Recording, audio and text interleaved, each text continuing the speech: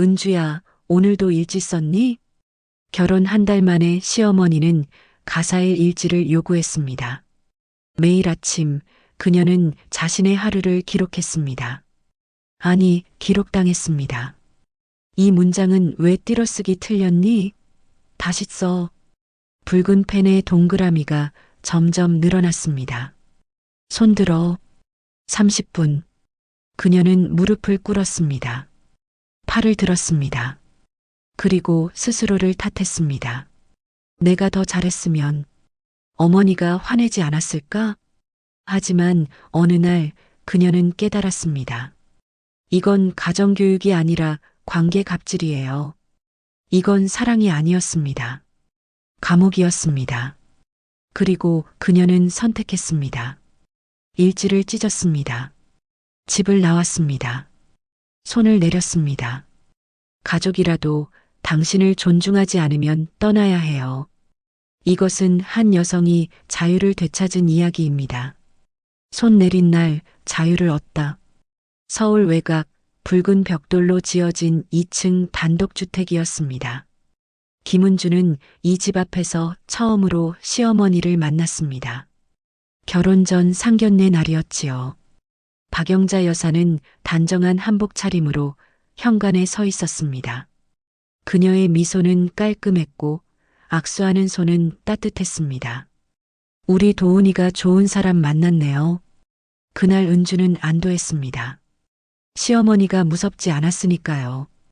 결혼식은 소박했습니다. 은주는 29, 남편 정도훈은 33이었습니다.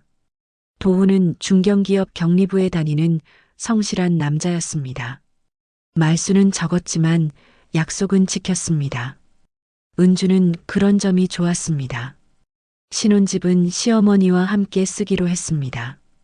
경제적 이유도 있었고 시어머니가 혼자 사시기엔 집이 컸으니까요. 도훈은 말했습니다. 엄마 연세가 있으셔서 조금만 같이 살자. 나중에 나가도 돼. 은주는 고개를 끄덕였습니다. 효도하는 남편이 나쁠 리 없었습니다. 이사 온 첫날 시어머니는 2층 안방을 내주었습니다. 방은 깨끗했고 옷장도 새 것이었습니다. 은주는 감사 인사를 했습니다. 어머니, 신경 많이 써주셨네요. 당연하지. 우리 며느리인데. 그날 저녁 식탁은 화기애애했습니다. 시어머니가 만든 잡채와 갈비찜이 올라왔습니다. 은주는 맛있게 먹었고 설거지를 자청했습니다. 손이 참 빠르네. 우리 은주. 칭찬이었습니다. 은주는 기분이 좋았습니다. 그런데 일주일쯤 지났을 때였습니다. 은주야, 잠깐 이리 와봐. 시어머니가 거실에서 은주를 불렀습니다. 손에는 작은 노트 한 권이 들려 있었지요. 이거 앞으로 매일 써줘야겠어. 이게 뭔데요? 가사 일지야. 내가 오늘 뭐 했는지 기록하는 거지. 은주는 멍하니 노트를 받아들었습니다.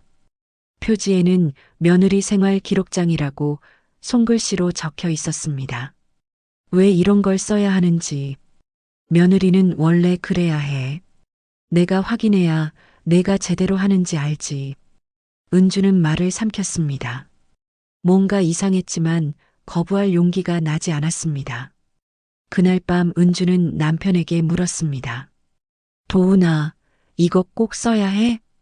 도훈은 TV를 보다 말고 고개를 돌렸습니다. 엄마가 그러라면 그러는 거지. 뭐 어려운 것도 아니잖아. 근데 좀 이상하지 않아? 일지를. 엄마가 옛날 사람이셔서 그래. 이해해줘. 은주는 더 말하지 않았습니다. 결혼 생활이 원래 이런 건가 싶었습니다.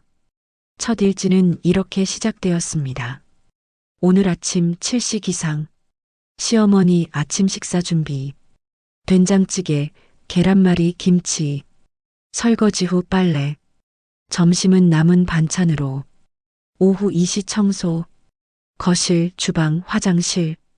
저녁 준비 오후 5시 시작. 고등어구이, 미역국, 시금치 나물. 은주는 빼곡히 적었습니다. 손이 아팠습니다. 다음 날 아침 시어머니가 일지를 가져갔습니다. 안경을 쓰고 꼼꼼히 읽더니 고개를 끄덕였습니다. 응, 괜찮네. 그런데 다음부턴 반찬 종류도 더 자세히 써. 양념은 뭘 썼는지도. 네. 일주일이 지나자 검사는 더 까다로워졌습니다. 붉은 펜으로 동그라미를 치고 밑줄을 긋고 별표를 했습니다. 시금치나물 간이 약했음. 다음엔 소금 더. 청소 화장실 거울에 물때. 재청소 요망. 은주는 매일 밤 일지를 고쳐 썼습니다. 지적받은 부분을 다시 쓰고 반성문처럼 한 줄을 더 붙였습니다. 다음엔 더 신경 쓰겠습니다. 한 달쯤 지났을 때 은주는 거울을 보다가 깜짝 놀랐습니다. 눈 밑에 다크서클이 짙어져 있었고 뺨은 홀쭉해져 있었습니다. 체중계에 올라가니 3kg이 빠져 있었지요. 친구 수진이가 전화를 걸어왔습니다. 은주야, 요즘 어때? 신호는? 응, 괜찮아. 목소리가 왜 그래? 피곤해? 조금. 집안일이 생각보다 많더라. 그래도 행복하지? 은주는 대답하지 못했습니다. 행복한가요? 잘 모르겠습니다. 그날 저녁 은주가 설거지를 하고 있을 때였습니다. 시어머니가 부엌으로 들어왔습니다. 은주야, 일지 검사할게. 은주는 손을 닦고 노트를 건넸습니다. 시어머니는 한참을 보더니 인상을 찌푸렸습니다. 이 글씨체 뭐야? 삐뚤삐뚤하네. 다시 써. 네. 근데 내용은 다 맞는데. 글씨가 이러면 정성이 없어 보여. 다시. 은주는 노트를 도로 받았습니다. 손이 떨렸습니다. 그날 밤 은주는 일지를 다시 썼습니다. 한 글자 한 글자 또박또박 마치 초등학생처럼 천천히 적었습니다. 시계는 자정을 넘기고 있었습니다. 옆에서 남편은 코를 골며 자고 있었습니다. 은주는 펜을 내려놓고 창밖을 바라보았습니다. 달이 차갑게 떠 있었습니다. 그녀는 혼잣말처럼 중얼거렸습니다. 이게 정말 정상인 걸까? 하지만 대답해 줄 사람은 아무도 없었습니다. 그렇게 김은주의 일지는 계속 이어졌습니다. 매일 밤 그녀는 종이 위에 자신의 하루를 기록했습니다. 아니, 기록당했습니다.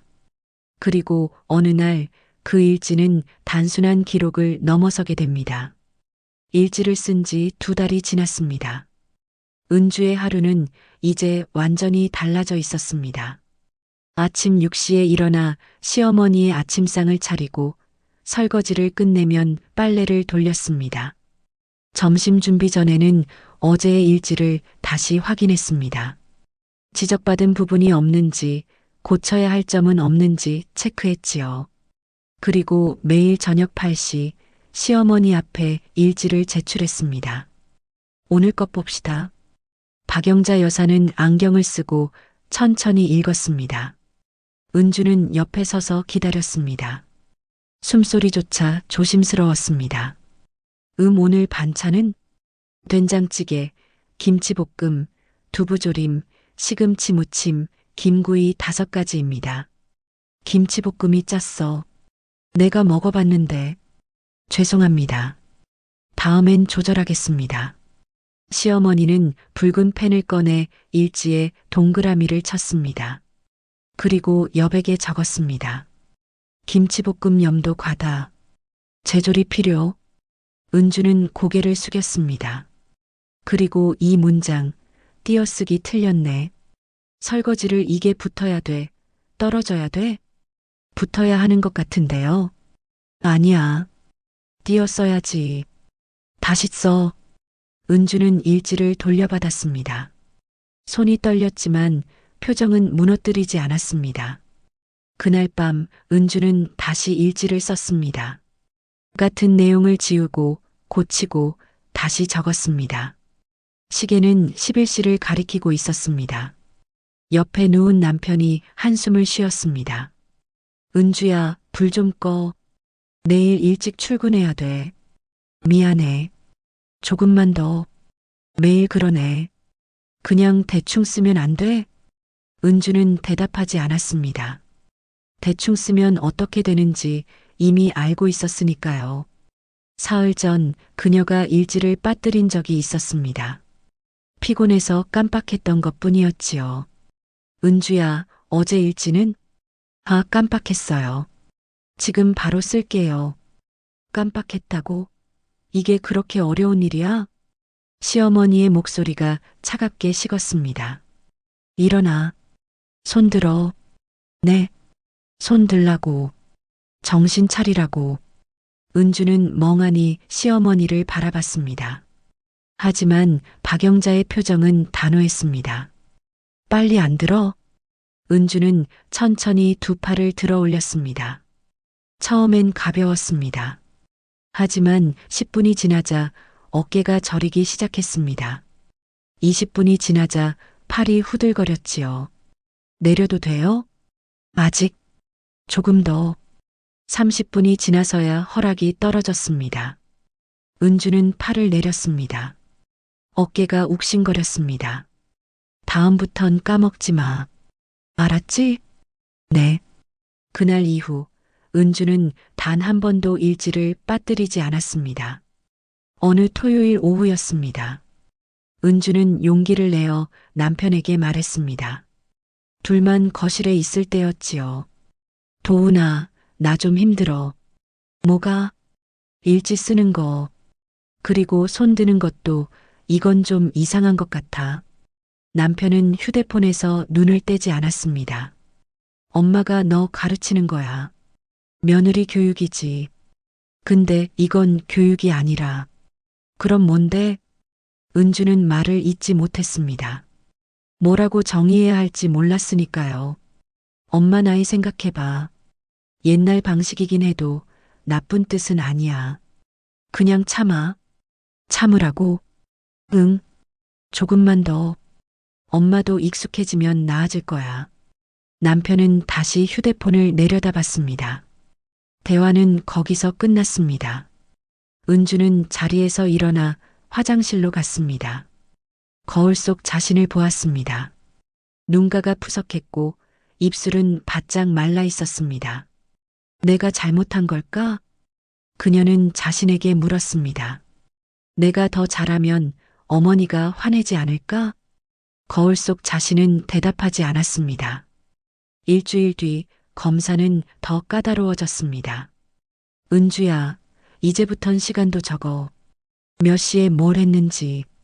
시간까지요? 그래야 내가 시간 관리를 제대로 하는지 알지. 은주는 노트를 받아들었습니다. 이제 일지는 2페이지를 넘어가고 있었습니다. 오전 7시 기상, 세수, 아침 준비 시작. 오전 7시 30분 시어머니 식사 준비 완료. 오전 8시 설거지. 오전 8시 20분 빨래 1차. 오전 9시 청소 거실. 오전 10시 청소 주방. 하루가 시간표처럼 쪼개졌습니다. 은주는 휴대폰 알람을 맞춰두고 움직였습니다. 10분마다 울리는 알람 소리에 맞춰 일을 했지요. 그러던 어느 날이었습니다. 은주가 설거지를 하다가 그릇을 떨어뜨렸습니다. 흰색 접시가 바닥에 떨어져 2조각으로 갈라졌습니다. 이게 무슨 짓이야? 시어머니가 달려왔습니다. 목소리가 높아졌습니다. 이 그릇 얼마짜린 줄 알아? 시집 올 때 가져온 건데. 죄송합니다. 제가 실수를. 실수? 내 손이 문제지, 손이. 맨날 멍하니 있으니까 이런 일이 생기는 거야. 은주는 고개를 숙였습니다. 박영자는 깨진 그릇을 집어들었습니다. 무릎 꿇어. 네. 무릎 꿇으라고. 정신 좀 차려. 은주는 천천히 무릎을 꿇었습니다. 바닥이 차가웠습니다. 손 들어. 30분. 은주는 2팔을 들어 올렸습니다. 어깨가 무거웠습니다. 숨이 막혔습니다. 시어머니는 깨진 그릇을 치우고 자리를 떴습니다. 은주는 혼자 남았습니다. 10분이 지났습니다. 팔이 저렸습니다. 20분이 지났습니다. 눈물이 흘렀습니다. 30분이 지났습니다. 그녀는 그냥 멍하니 앞을 바라보고 있었습니다. 그때 휴대폰이 울렸습니다. 친정어머니였습니다. 은주야? 네, 엄마. 목소리가 왜 그래? 어디 아파? 아니에요. 괜찮아요. 거짓말하지 마. 엄마가 몰라? 무슨 일 있어? 은주는 입술을 깨물었습니다. 말하고 싶었습니다. 하지만 어디서부터 설명해야 할지 몰랐습니다. 엄마, 나 좀 힘들어. 뭐가 힘든데? 시어머니가 매일 일찍 검사하고 손 들게 하고 뭐? 손을 들게 해? 은주는 더 이상 말을 잇지 못했습니다. 목이 메었습니다. 은주야, 그건 잘못된 거야. 내가 잘못한 게 아니라고. 하지만 내가 그릇을 깼잖아. 그릇 깨는 건 실수야. 누구나 하는 거라고. 그걸로 무릎 꿇리는 건 말이 안 돼. 엄마의 목소리는 단호했습니다. 은주야, 너 이미 충분히 잘하고 있어. 너무 자책하지 마. 그 말 한마디가 은주의 가슴에 작은 불씨를 지폈습니다. 전화를 끊고 나서 은주는 팔을 내렸습니다. 시간이 다 됐든 안 됐든 상관없었습니다. 그녀는 바닥에 앉아 무릎을 껴안았습니다. 이게 정말 내 잘못일까? 처음으로 의심이 들었습니다. 그날 밤 은주는 일지를 펴고 펜을 들었습니다. 하지만 쓰지 않았습니다. 그냥 빈 페이지를 바라봤습니다. 옆방에서 시어머니의 기침 소리가 들렸습니다. 은주는 노트를 천천히 덮었습니다. 나 이대로는 안 되겠어. 작은 결심이 그녀의 마음속에 싹트기 시작했습니다. 그날 이후 은주는 일지를 쓰지 않았습니다. 하루, 이틀, 사흘이 지났습니다. 시어머니는 아무 말도 하지 않았습니다. 하지만 집안의 공기가 달라졌습니다. 무거웠고 냉랭했습니다. 은주가 지나가면 시어머니는 고개를 돌렸습니다. 말을 걸면 짧게 대답했지요. 점심 드시겠어요? 아니. 설거지 해드릴까요? 됐어. 남편도 눈치챘습니다. 은주야, 일지 왜 안 써? 엄마가 서운해 하시잖아. 나 이제 못 쓰겠어. 왜? 이건 정상이 아닌 것 같아. 남편은 한숨을 쉬었습니다. 또 그 얘기야? 엄마가 며칠 참고 계시는 거야. 그냥 다시 쓰면 되잖아. 도훈아, 나 손 들고 무릎 꿇었어. 그것도 정상이야? 그건 내가 그릇 깨뜨려서 그런 거잖아. 그릇 깬 게 잘못이긴 한데 그래도 이건 아니지 않아? 남편은 대답하지 않았습니다. 그저 현관으로 걸어가 구두를 신었습니다. 나 출근한다. 문이 닫혔습니다. 은주는 혼자 남았습니다. 사흘째 되던 날 상황이 터졌습니다. 은주가 저녁 준비를 하고 있을 때였습니다. 시어머니가 부엌으로 들어왔습니다. 손에는 그 노트가 들려 있었지요. 은주야. 네. 일지 언제까지 안 쓸 거야? 은주는 칼질하던 손을 멈췄습니다. 저 이제 그만 쓰고 싶어요. 그만? 내 맘대로? 힘들어요. 매일 검사받는 것도 손 드는 것도. 시어머니의 얼굴이 굳어졌습니다. 내가 널 괴롭히려고 그런 줄 아니? 이건 교육이야, 교육. 하지만 어머니, 저도 사람이에요. 이건 너무. 사람? 내가 사람 대접받고 싶으면 사람답게 행동해야지. 목소리가 높아졌습니다. 은주는 뒤로 물러섰습니다. 너 지금 나한테 대드는 거야? 아니에요. 대드는 게 아니라. 그럼 뭐야? 시집 와서 몇 달 됐다고 버릇없이 굴어. 박영자는 노트를 바닥에 던졌습니다. 노트가 벌어지며 종이들이 흩어졌습니다. 당장 주워. 그리고 오늘 것까지 다 써. 어머니, 빨리 안 주워. 은주는 천천히 무릎을 꿇고 종이를 주었습니다. 손이 떨렸습니다. 시어머니는 그 모습을 내려다보고 있었습니다. 일주일 안에 밀린 것까지 다 써. 못 쓰면 여기 있을 생각하지 마. 은주는 고개를 들었습니다. 그게 무슨 며느리 자격 없다는 거야. 알아들어?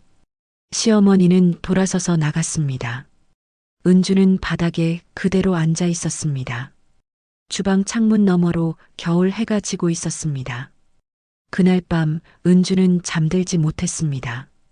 남편은 옆에서 코를 골았습니다. 은주는 천장을 바라봤습니다. 눈물이 흘렀지만 닦지 않았습니다. 나 어떻게 해야 하지? 일지를 쓰자니 자존심이 허락하지 않았습니다. 안 쓰자니 이 집에 있을 수 없었습니다. 새벽 2시 은주는 일어나 거실로 나왔습니다. 소파에 앉아 휴대폰을 켰습니다. 검색창에 시어머니 갈등이라고 쳤습니다. 수많은 글이 올라왔습니다. 비슷한 고민들이었습니다. 은주는 하나씩 읽었습니다. 저도 일지 씁니다. 시어머니가 매일 검사해요. 무릎 꿇고 벌 받았어요. 이게 정상인가요? 남편은 참으래요. 저만 이상한 건가요? 은주는 휴대폰을 내려놓았습니다. 혼자가 아니었습니다. 하지만 위로는 되지 않았습니다.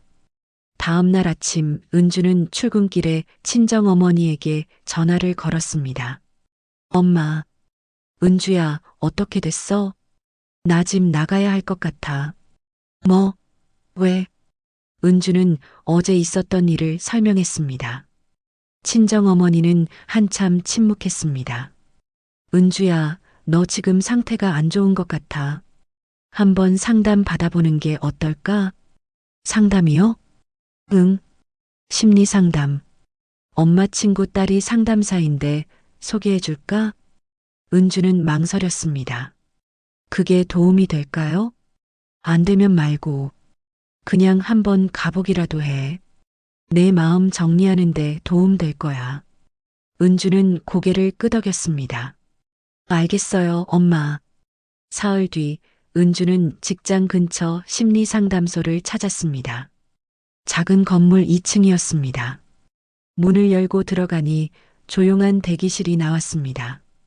은주는 접수대에서 이름을 적었습니다. 김은주 씨? 상담사가 문을 열고 나왔습니다.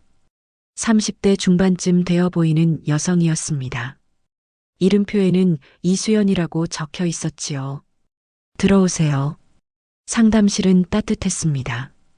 작은 소파와 테이블, 창가에는 화분이 놓여 있었습니다. 편하게 앉으세요. 오늘 어떤 이야기 하러 오셨어요? 은주는 입을 열었습니다. 그리고 모든 것을 말했습니다. 일지 이야기, 손드는 일, 무릎 꿇었던 날, 남편의 반응까지. 이수연은 고개를 끄덕이며 들었습니다. 중간에 끊지 않았습니다. 은주가 울면 휴지를 건넸습니다. 1시간이 지나서야 은주는 말을 멈췄습니다. 은주 씨. 이수연이 조용히 입을 열었습니다. 제가 들은 건요, 가정교육이 아니에요. 그럼 뭔데요? 관계 갑질이에요. 가족 안에서도 폭력은 존재합니다. 은주는 멍하니 상담사를 바라봤습니다. 폭력이라니 때린 건 아닌데요. 신체적 폭력만 폭력이 아니에요. 정신적으로 통제하고 굴복시키는 것도 폭력입니다. 그럼 저는 피해자예요. 은주 씨는 잘못한 게 없어요. 그 말이 은주의 가슴에 박혔습니다. 잘못한 게 없다. 지난 몇 달간 그녀는 모든 걸 자신의 탓으로 돌렸습니다. 자신이 부족해서, 자신이 모자라서 그렇다고 믿었습니다. 하지만 아니었습니다. 눈물이 또 흘렀습니다. 이번엔 억울함의 눈물이었습니다. 은주 씨, 지금 선택해야 해요. 이대로 살 건지 아니면 나올 건지. 근데 제가 나오면 남편은 어떻게 돼요? 가정이 깨지는데. 은주 씨가 무너지면 가정도 의미 없어요. 자신을 먼저 지키셔야 해요. 은주는 손을 꽉 쥐었습니다. 상담을 끝내고 나올 때 이수연이 명함을 건넸습니다. 힘들면 언제든 연락하세요. 그리고 법률 상담도 받아보시는 게 좋아요. 은주는 명함을 받아들었습니다. 집으로 돌아오는 길, 그녀는 걸음을 멈추고 하늘을 올려다봤습니다. 구름 사이로 햇살이 비쳤습니다. 나 이제 손 안 들 거야. 작은 결심이었지만 그녀에게는 거대한 용기였습니다. 집 앞에 도착했을 때 은주는 현관문을 열지 않았습니다. 잠시 멈춰 섰습니다. 그리고 깊게 숨을 들이쉬었습니다. 괜찮아. 나는 잘못하지 않았어. 그녀는 문을 열고 들어갔습니다. 은주는 그날 밤 일지를 찢었습니다. 한 장, 두 장, 세 장. 종이가 찢어지는 소리가 고요한 방 안에 울렸습니다. 시어머니가 붉은 펜으로 그었던 동그라미들이, 지적했던 문장들이 조각조각 흩어졌습니다. 은주야, 뭐 하는 거야? 남편이 잠에서 깨어 물었습니다. 일지 찢어. 왜? 미쳤어? 아니, 이제 정신 차린 거야. 은주는 침착했습니다. 떨리지 않았습니다. 종이 조각들이 바닥에 쌓였습니다. 엄마가 알면 난리 날 텐데. 알면 알게 해. 나 이제 안 써. 남편은 이불을 뒤집어 쓰고 누웠습니다. 더 이상 말하지 않았습니다. 은주는 종이 조각들을 쓰레기통에 버렸습니다. 그리고 침대에 누워 눈을 감았습니다. 처음으로 숙면을 취했습니다. 다음 날 아침 시어머니가 부엌으로 왔습니다. 은주야, 일지. 안 써요. 뭐? 이제 안 쓸 거예요. 박영자의 얼굴이 굳어졌습니다. 내가 지금 뭐라고 했어? 일지 안 쓴다고요. 어머니, 저도 사람이에요. 매일 검사받고 벌 받으면서 살 수 없어요. 이게 지금 말대꾸야? 말대꾸가 아니라 제 의사예요. 은주는 시어머니를 똑바로 바라봤습니다.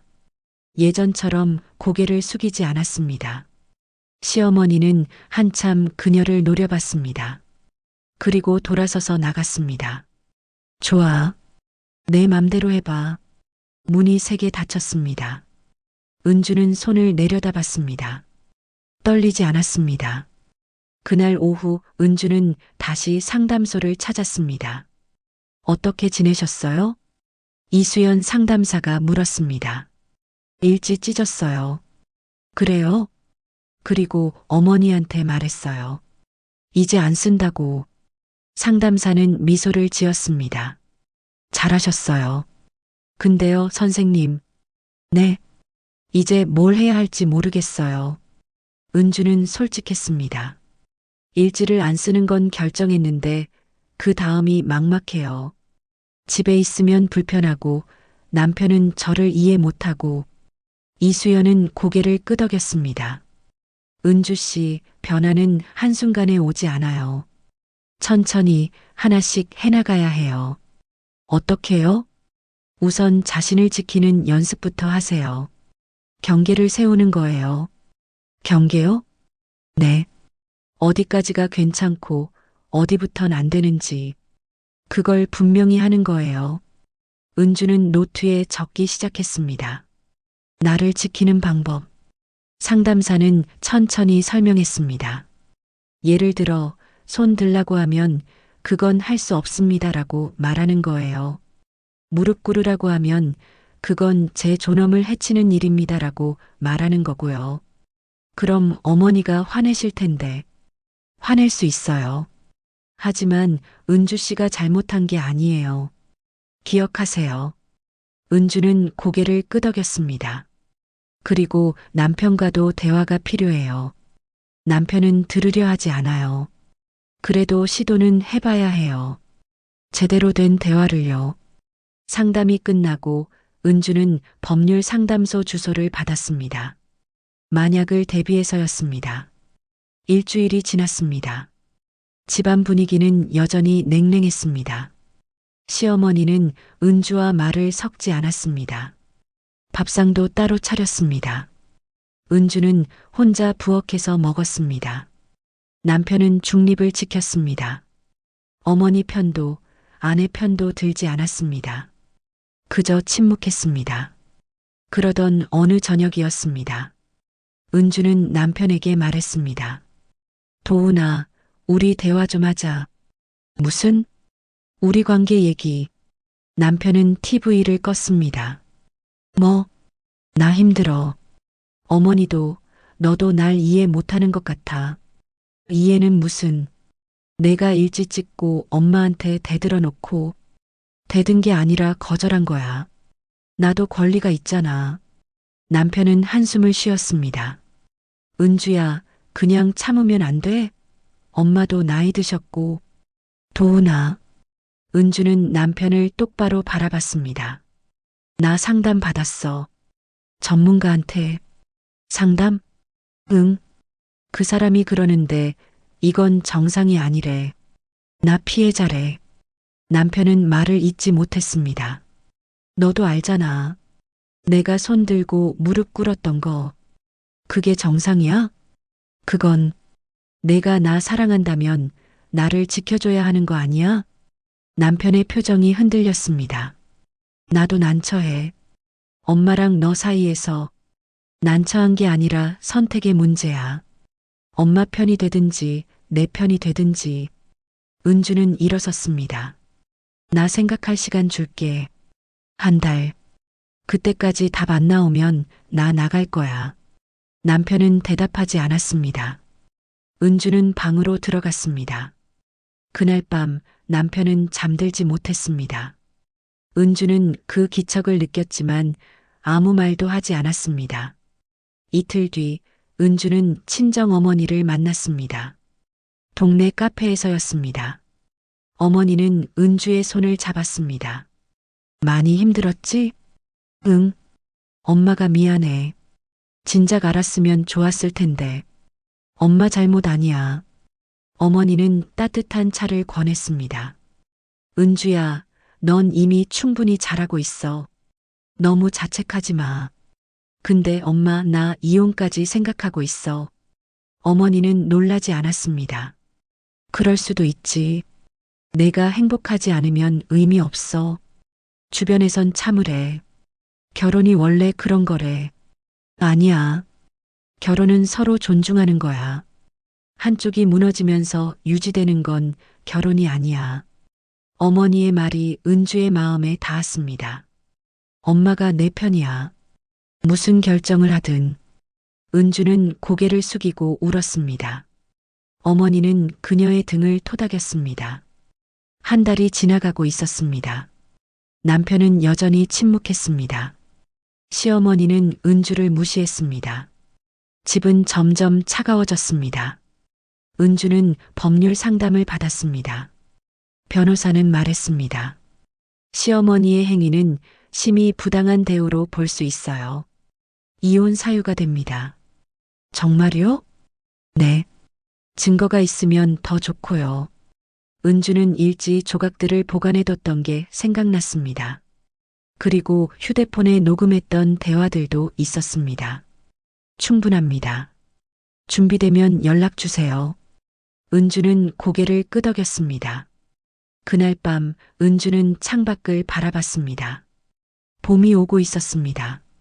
나무에 새싹이 돋고 바람이 따뜻해졌습니다. 나도 이제 시작이야. 그녀는 혼자 중얼거렸습니다. 다음 날 은주는 남편에게 서류를 건넸습니다. 이게 뭐야? 이혼 동의서. 남편의 얼굴이 굳었습니다. 은주야, 한 달 줬잖아. 넌 아무것도 안 했어. 나도 고민했어. 고민만 하는 건 선택이 아니야. 은주는 침착했습니다. 나 이제 여기 못 있겠어. 미안해. 남편은 서류를 내려다봤습니다. 손이 떨렸습니다. 조금만 더 시간을. 아니, 이미 충분했어. 은주는 가방을 들었습니다. 이미 짐은 싸두었습니다. 잘 살아, 도훈아. 그녀는 현관문을 열고 나갔습니다. 뒤돌아보지 않았습니다. 은주는 작은 원룸에 짐을 풀었습니다. 역세권 근처 6평짜리 방이었습니다. 좁았지만 그녀만의 공간이었습니다. 창문을 열자 봄바람이 들어왔습니다. 이제 시작이구나.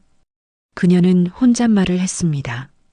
첫날 밤 은주는 바닥에 누워 천장을 바라봤습니다. 아무도 검사하지 않았습니다. 일지를 쓰라는 사람도 손을 들라는 사람도 없었습니다. 고요했습니다. 그리고 자유로웠습니다.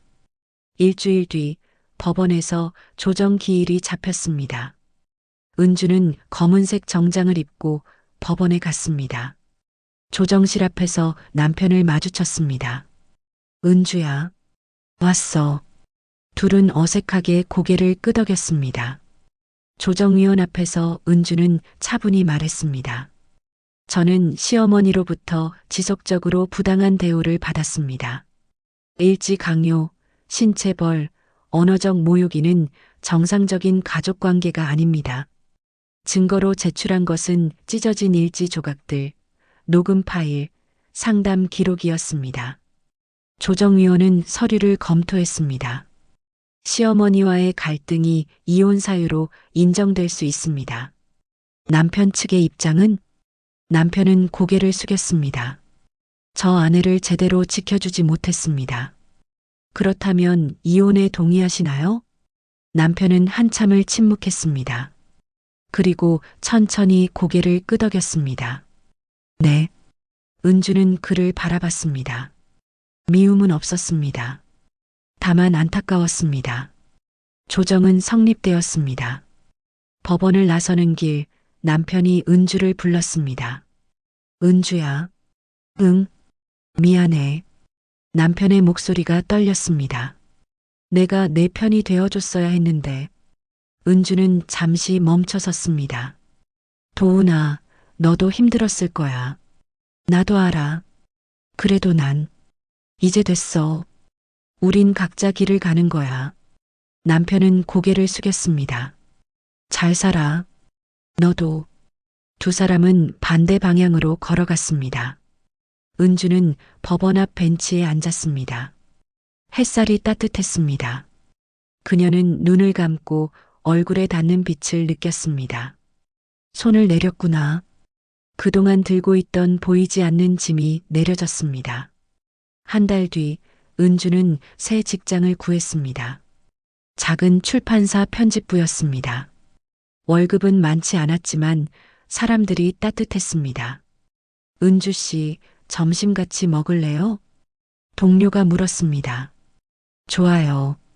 은주는 미소를 지었습니다. 오랜만에 진심으로 웃었습니다. 퇴근길 그녀는 상담소에 들렀습니다. 이수연 상담사가 반갑게 맞아주었습니다. 요즘 어때요? 좋아요. 많이. 표정이 밝아졌네요. 은주는 고개를 끄덕였습니다. 선생님, 제가 여기서 자원봉사 할 수 있을까요? 자원봉사요? 네. 저처럼 힘든 사람들 도와주고 싶어요. 상담사는 따뜻한 눈빛으로 그녀를 바라봤습니다. 그럼요. 환영이에요. 그날부터 은주는 주말마다 상담소에서 봉사를 시작했습니다. 상담 접수를 돕고 차를 내오고 때론 조용히 옆에 앉아 손을 잡아주었습니다. 어느 토요일 오후였습니다. 26쯤 되어 보이는 여성이 들어왔습니다. 눈이 퉁퉁 부어 있었습니다. 어서 오세요. 은주가 부드럽게 말했습니다. 저 상담 받고 싶어요. 앉으세요. 차 드릴까요? 여성은 고개를 끄덕였습니다.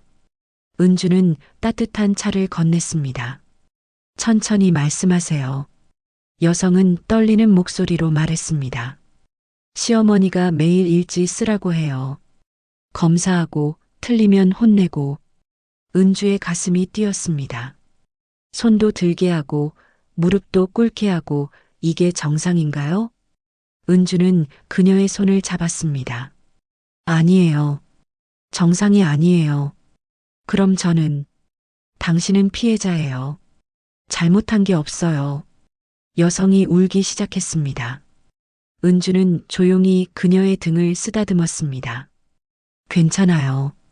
당신은 혼자가 아니에요. 그 순간 은주는 깨달았습니다. 자신이 겪었던 고통이 헛되지 않았다는 것을, 이제 누군가를 도울 수 있다는 것을. 상담이 끝나고 여성이 나갈 때 은주는 말했습니다. 가족이라도 당신을 존중하지 않으면 떠나야 해요. 그건 배신이 아니라 생존이에요. 여성은 고개를 끄덕이고 나갔습니다. 등이 조금 펴져 있었습니다. 그날 저녁 은주는 친정 어머니와 통화했습니다. 엄마, 나 오늘 누군가 도와줬어. 그래, 기특하다. 엄마, 고마워. 뭐가? 나 포기 안 하게 해줘서, 내 편이 되어줘서. 어머니의 목소리가 떨렸습니다. 은주야, 엄마는 언제나 내 편이야. 알아. 사랑해, 엄마. 나도. 전화를 끊고 은주는 창밖을 바라봤습니다. 봄이 지나고 여름이 왔습니다. 나무는 푸르렀고 하늘은 맑았습니다. 1년 뒤 은주는 작은 책을 출간했습니다. 제목은 손 내린 날이었습니다. 그녀의 이야기를 담은 에세이였습니다. 출판 기념의 날 많은 사람이 왔습니다. 그 중에는 상담소에서 만났던 여성도 있었습니다. 언니, 저 이혼했어요. 정말? 네. 이제 혼자 살아요. 작은 방인데 행복해요. 은주는 그녀를 안아주었습니다. 잘했어. 정말 잘했어. 행사가 끝나고 은주는 혼자 공원을 걸었습니다. 벤치에 앉아 하늘을 올려다봤습니다. 구름이 천천히 흘러갔습니다. 그녀는 자신의 손을 펼쳤습니다. 더 이상 누군가를 위해 손을 들지 않는 손, 이제는 세상을 향해 내미는 손. 나 괜찮아. 은주는 조용히 중얼거렸습니다. 그날 밤 은주는 일기를 썼습니다. 이번엔 누구를 위한 것도 검사받을 것도 아니었습니다. 오직 자신을 위한 기록이었습니다. 오늘 나는 행복했다.